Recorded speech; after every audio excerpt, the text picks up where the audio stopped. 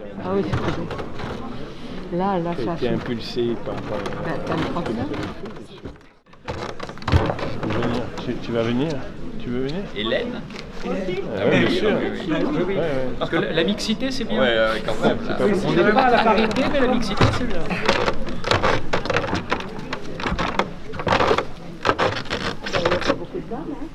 Non, c'est ça.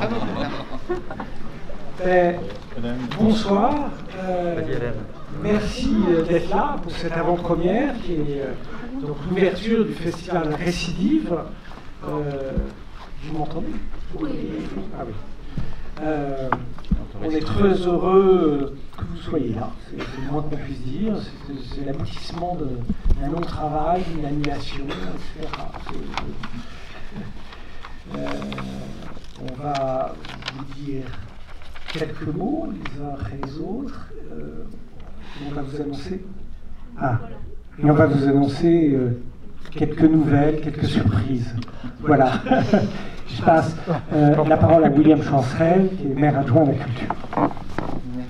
Merci beaucoup, Michel. Je vais faire très, très brièvement, mais juste pour me réjouir effectivement de retrouver Récidive après Cannes 39, de retrouver donc le président Bonneau, président de la région Centre, Hélène Moucharzet, le cercle des amis, le cercle Janzet, je vais y arriver, et les amis de Janzet, Antoine Debec qui a programmé ce beau festival. On a beaucoup de chance d'accueillir Récidive à Orléans parce que c'est difficile de parler avec l'écho, hein, je vais essayer d'y arriver. On a beaucoup de chance parce que c'est un festival qui est à la fois le miroir du passé et de l'avenir. Je m'explique que si j'ai bien compris, on a 25 films des années de l'année 40 et des avant-premières. Et le cinéma, c'est un jeu de miroir, de reflet. Qu'est-ce qui se passe derrière l'écran, devant l'écran? Voilà, Récidive, je pense, propose de réfléchir à travers des vieux films à ce qui se passe aujourd'hui et des avant-premières à notre rapport avec le cinéma d'hier. Je trouve que c'est beau ce beau jeu de miroir, et je pense que Janzet aurait trouvé ça aussi très intéressant dans sa réflexion sur l'histoire. Je ne suis pas plus long, juste très heureux de vous voir pour ces quelques jours de festival. Je vous donne rendez-vous mercredi, il y aura un prix Janzet qui va être remis à Costa Gavras, ça sera un moment, je pense, très émouvant. Le cinéma est un acte poétique et politique. Je pense que ces quelques jours serviront à le rappeler. C'est important tout ça. Merci, bonne soirée, bon festival.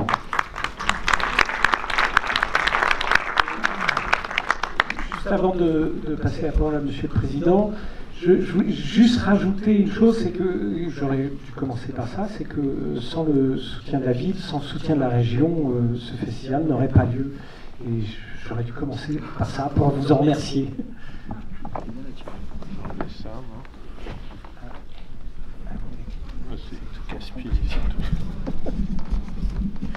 C'est parfait. Merci beaucoup. Très heureux de vous saluer, mesdames et messieurs les passionnés de cinéma, peut-être aussi les passionnés d'histoire. Moi, je veux féliciter l'initiative. C'est pas évident d'avoir l'audace de lancer un festival. Il faut que les choses s'installent. Il y avait eu vraiment, à partir de 1939, une excellente vision qui avait demandé beaucoup d'énergie pour prendre corps, mais qui avait trouvé son public, qui avait fait un lien entre cet art et une histoire qui nous est à tous particulièrement chère, précieuse, sensible. Créer un festival, engagé à un moment où le cinéma est dans cet entre-deux.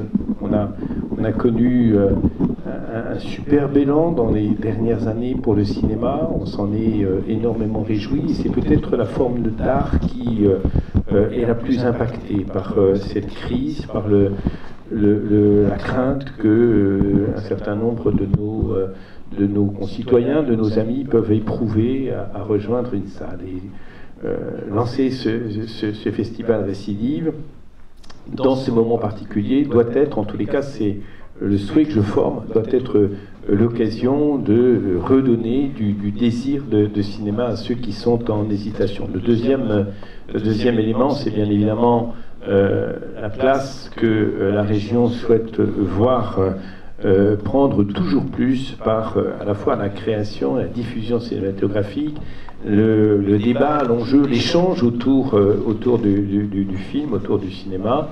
Ça fait partie des formes artistiques que nous soutenons fortement et je terminerai par ça. Le rôle complètement irremplaçable du cinéma des Carmes, c'est pour les Orléanais et beaucoup plus largement un lieu qui est un lieu magique, qui est un lieu qui milite pour la culture, qui s'engage pour la culture, et on sait combien la culture par rapport aux problèmes, pas simplement de l'épidémie, par rapport aux problèmes de notre société aujourd'hui, et le fil à partir duquel nous pouvons collectivement penser, imaginer, avoir un vrai désir d'avenir. Donc bravo à vous, bravo pour cette initiative, bravo pour cet engagement qui est très très fort ici dans le montage de ce cinéma, et vous dire la confiance que j'ai à la fois bien évidemment dans ceux qui le portent, mais dans l'avenir de cette opération. Merci à vous. J'ai aussi l'occasion de remercier tous les bénévoles qui font aussi que ce festival existe, hein, les bénévoles du Cercle Jean Zay, les bénévoles de Citizens Carmes, tous ceux et l'équipe des Carmes qui travaillent d'arrache-pied depuis quelques mois à faire que ça existe. C'est un moment important. Et c'est vrai que vous avez tout à fait raison, c'est une de nos ambitions, c'est on se disait, bon, on y va, la reprise est difficile, mais c'est peut-être que tout ça va redonner de l'énergie et de l'envie de cinéma. Antoine, Non, moi je donne la parole à Hélène. Voilà, je voulais simplement rappeler qu'il y a 2 ans, presque jour pour jour, nous ouvrions le festival tel qu'il aurait dû se tenir à Cannes le 1er septembre 1939. C'était une idée un peu folle de présenter 80 ans plus tard un festival qui n'avait pas eu lieu. Idée folle peut-être, mais qui se révéla être une belle aventure grâce à l'engagement de tous ceux qui s'y investirent et que je remercie encore une fois ici. Pour rappeler ce que fut la création de ce festival en 1939, un acte de foi dans le cinéma, une belle histoire de résistance, un magnifique espoir dans la culture comme force de résistance. C'était un rêve fou alors qu'on était en 1939 au bord de l'abîme, que la culture puisse combattre avec ses propres armes les idéologies meurtrières. Je me souviens avoir dit à la fin de l'intervention que j'ai fait alors lors de la séance d'ouverture, et pardon de me citer moi-même, mais je me cite. C'est ce rêve qui va vivre à nouveau au cours des belles journées de cinéma qui commencent ce soir et qui vont accorder à ce festival une existence que l'histoire lui a refusée. Et ce sera à Orléansville que Jean Zay a tellement aimé, dont il disait, je le cite, qu'il en connaissait toutes les pierres et tous les visages, ceux des vivants et ceux des morts. Fin citation. Puis ces journées nous communiquaient la force de l'espoir qui inspira Jean Zay, espoir insensé peut-être, mais dont nous avons tellement besoin. Fin de citation de moi-même. Et en effet, ce fut une magnifique semaine. Un peu magique, chacun s'en souvient. Bonheur du cinéma d'abord, et découverte pour beaucoup, et en particulier beaucoup de jeunes, de merveilleux films de patrimoine qui leur étaient jusqu'alors inconnus. Bonheur des rencontres passionnantes avec des réalisateurs et des historiens du cinéma. Bonheur des discussions infinies avec ceux ou celles qu'on rencontre dans le hall à l'issue de la projection. Bonheur aussi de participer à un événement qui, faisant écho à l'événement dont on célébrait la mémoire, réactivait les valeurs mêmes qu'il avait portées dans le passé et qui demandent tellement à être réaffirmées dans notre présent. D'où l'envie de poursuivre une si belle aventure en retenant ce qui en avait fait la réussite, fête du cinéma, rencontre avec ceux qui font vivre le cinéma actuellement en s'engageant dans le présent, fête de l'échange et du partage. Et nous y sommes. Et c'est récidive, qui peut avoir lieu grâce à tous ceux qui se sont investis, et en particulier, bien sûr, Antoine Debec, grâce à qui on doit ce magnifique programme. Il va vous en parler tout de suite. Grâce au Cinéma des Carmes et à son directeur, Michel Ferry, grâce à tous les partenaires qui ont soutenu ce beau projet et qui sont ici. Pour finir, qu'il me soit permis simplement de dire notre fierté à Catherine et à moi, et je parle en son nom aussi, de voir ce festival se dérouler dans le droit fil des valeurs qui présidèrent à la création du Festival de Cannes en 1939 et de façon plus générale, des valeurs qui inspirèrent l'œuvre éducative et culturelle de notre Père.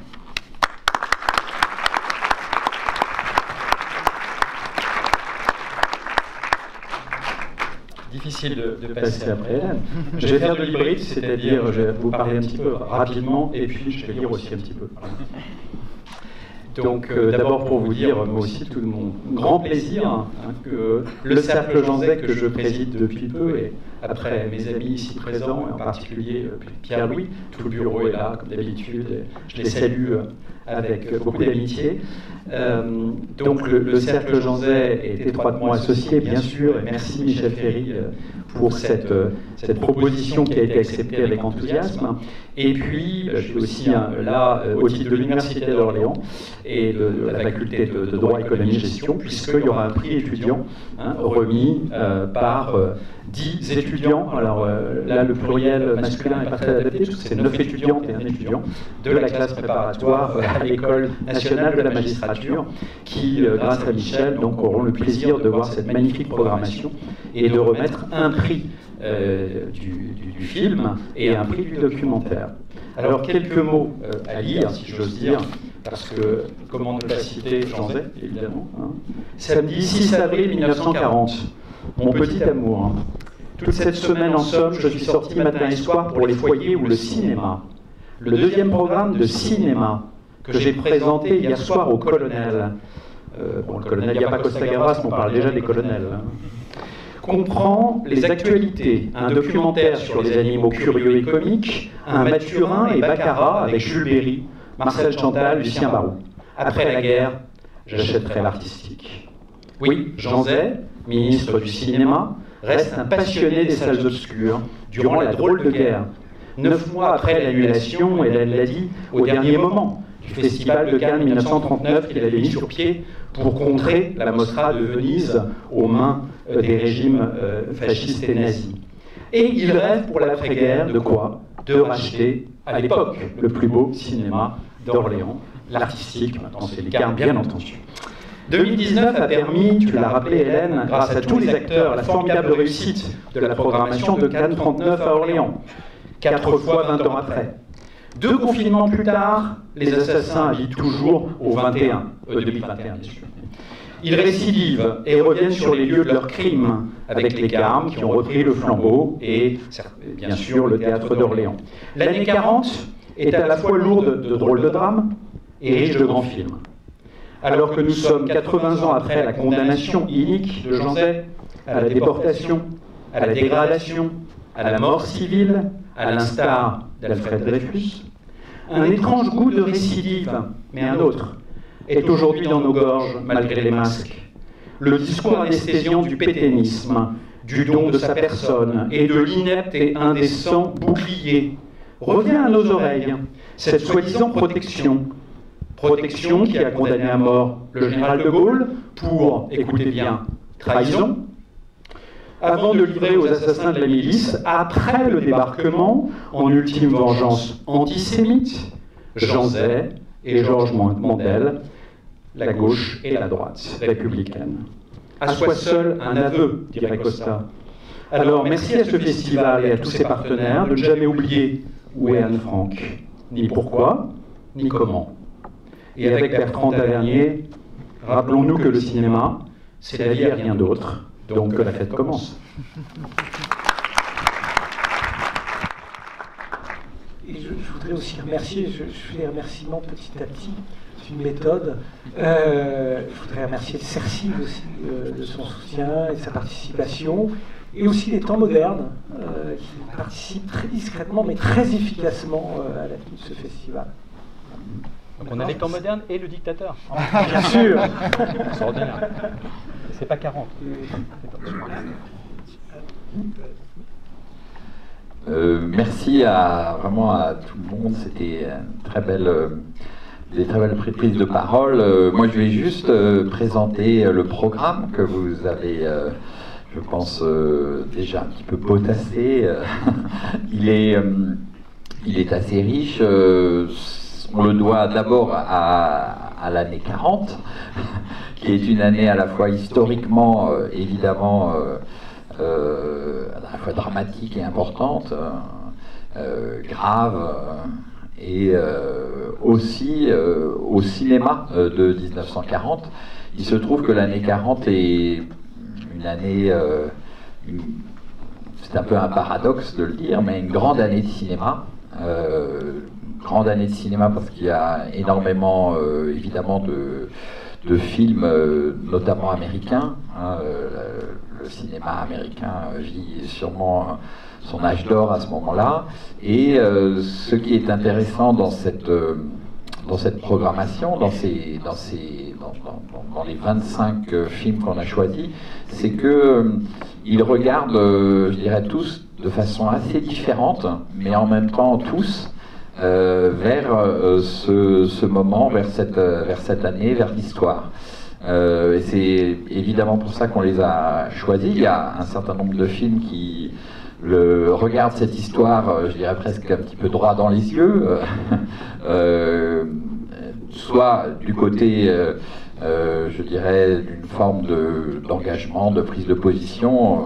Comment ne pas penser au dictateur de Chaplin, bien sûr, mais aussi de l'autre côté, et c'était quelque chose qu'il fallait absolument faire, je pense, c'est de programmer aussi les films qui, du côté de la propagande nazie, du côté de la propagande antisémite, sont très présents en 1940, et c'est pour ça que on montrera ici le Juif sus. De même qu'on montre aussi un film de propagande fasciste qui, là aussi, dit un petit peu comment est-ce qu'on pouvait à l'époque regarder l'histoire. Voilà, je ne vais pas détailler plus que ça le programme, la programmation de ces 25 films de 1940. Il est sûr que cela forme le cœur voilà, patrimonial, mais encore le cœur, je dirais, toujours vivant de la programmation de ce festival. Il était très important, autour de ces films de 1940, de précisément forger ce lien entre passé et présent, et donc de tisser constamment ce lien, à la fois, je pense, pour recontextualiser ces films. Il est évident, par exemple, qu'un film comme Le Juif sus ne peut pas être regardé tout simplement. Il faut bien sûr le remettre dans son contexte, l'expliquer. Pourquoi un film comme ça peut être tourné à ce moment-là. Et c'est ce qui nous a amené, je dirais, on avait bien sûr déjà eu cette idée il y a 2 ans pour Cannes 39 à ne laisser aucun film, entre guillemets, tout seul. Même des films qui auraient tout à fait pu être projetés sans aucun commentaire. Hein. Voilà, les raisins de la colère, par exemple, de John Ford, tous ces grands films de l'année 40. À chaque fois, ils sont accompagnés par un historien du cinéma, un critique, en tout cas un expert qui peut replacer ces films dans le contexte de l'année 40. Je pense que c'était quelque chose qui était à la fois nécessaire, mais peut-être pas tout à fait suffisant. Et donc, tisser ces liens entre le passé et le présent, c'était aussi proposer, comme vous avez pu le voir dans le programme, toute une série de documentaires sur 1940, une très riche production sur l'année 40, de documentaires tout à fait passionnants ces dernières années. C'était aussi proposer des rencontres, des tables rondes, des conférences. Voilà, tout à l'heure, Michael Fossel proposait sa conférence sur son livre Récidive 1938. Nous, on s'est inspiré un petit peu de ce livre pour faire Récidive 1940. Donc ce programme de conférence, ce programme de rencontres, de débat, il est partie prenante du festival Récidive. Et puis le dernier aspect, qui me semble très important aussi, c'est bien sûr le lien, pousser le lien avec le présent jusqu'à ce qui peut être presque le futur du cinéma, c'est-à-dire en tout cas le futur immédiat. Ce sont les avant-premières, hein, comme ce soir. Voilà, l'avant-première du film d'Harry Folman, Où est Anne Frank, qui sortira début décembre, dans quelques semaines, au niveau national en France. Donc on est là devant aussi une des missions, je pense, du festival, de toujours tisser ce lien entre passé et présent, en proposant, alors pour Où est Anne Frank, bien sûr, cela nous intéresse d'autant plus que c'est un film sur Anne Frank, donc sur cette période qui va être au cœur du festival, mais plus largement, voilà, une demi-douzaine d'avant-premières vous sont proposées tout au long de la semaine. Voilà un petit peu pour la présentation du festival. Je laisse puisque c'est une question qui est peut-être sur toutes les lèvres. Voilà, on a fait 39, on a fait 40.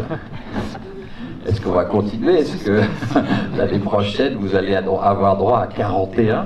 Alors je laisse Michel, peut-être un scoop, vous dire ce à quoi nous avons pensé pour l'an prochain.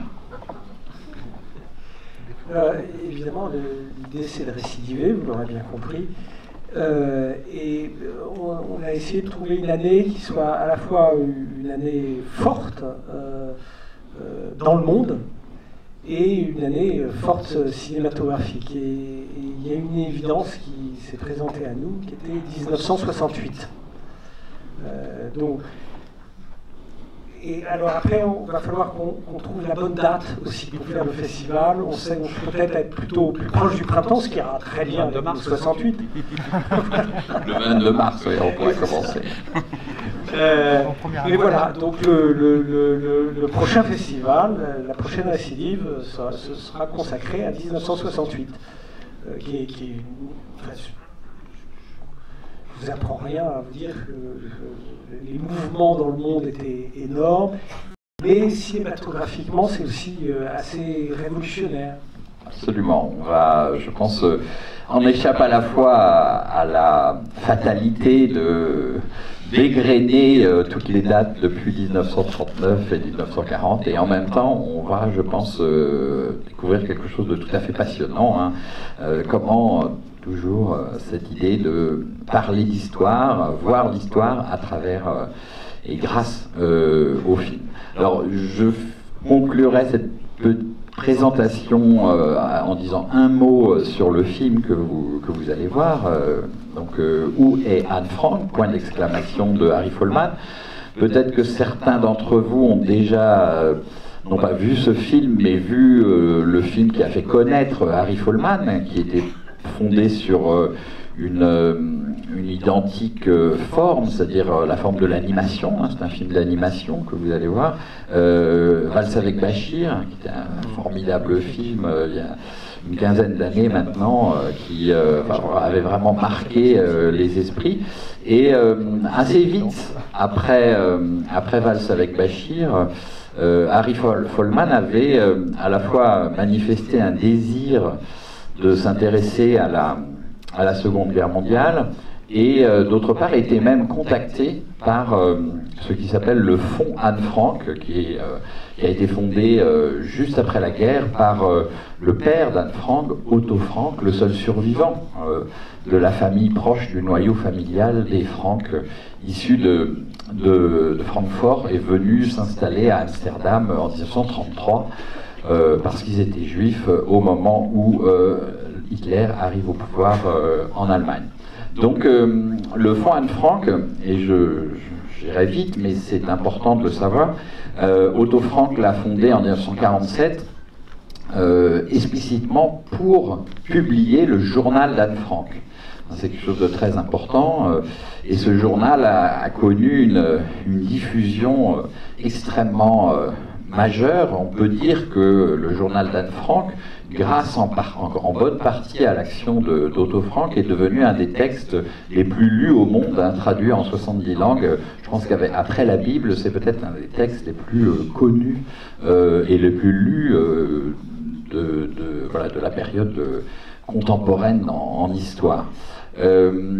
Cela s'explique parce que Otto Frank a toujours eu aussi une vocation pédagogique, et donc non seulement publier le journal d'Anne Frank, mais autoriser les différentes formes qui pouvaient s'en emparer. Dès 1956, par exemple, il y a eu un spectacle à Broadway qui a été un grand succès, puis un film, le film de George Stevens, un film de fiction qui a eu un Oscar en 1959, et je dirais c'est dans cette vocation pédagogique que le fonds Anne Frank a contacté Harry Folman, qui a proposé donc une forme d'adaptation un petit peu particulière que vous allez voir, à la fois bien sûr l'animation, avec une forme qui, je pense, est une des réussites du film, le dessin extrêmement fluide que vous allez voir, et puis d'autre part a proposé de passer par un personnage, et c'est là où le fonds Anne Frank a donné son accord, qui est le personnage de Kitty. Alors pour ceux qui ont lu le journal d'Anne Frank, c'est cette jeune femme à laquelle Anne Frank se confie tout au long de son journal, qui est une sorte d'alter ego. Elle lui raconte son histoire, elle lui raconte donc entre juin 1942 et le 1er août 1944, les dates du journal d'Anne Frank. Le personnage de Kitty revient régulièrement comme sorte d'ami proche, une amie fiction. Et donc c'est ce personnage-là qui va introduire le film et qui a la spécificité de vivre à la fois en 1942 aux côtés d'Anne Frank, donc de faire revivre Anne Frank si vous voulez, et puis d'autre part aujourd'hui. C'est un personnage qui est aussi contemporain, et on retrouve quelque chose dont on a beaucoup parlé, c'est-à-dire cette sorte de circulation dans les couloirs du temps, qui permet non pas des comparaisons un petit peu simplistes entre 1942, la Shoah, et aujourd'hui, on va dire, puisque c'est un personnage, Kitty, qui va être amené à rencontrer toute une population de réfugiés, de migrants. Il ne s'agit pas de faire du tout des parallèles et des comparaisons simplistes, mais c'est simplement, ce personnage permet précisément ces allers-retours, ces jeux temporels, historiques. C'est exactement ça, faire de l'histoire.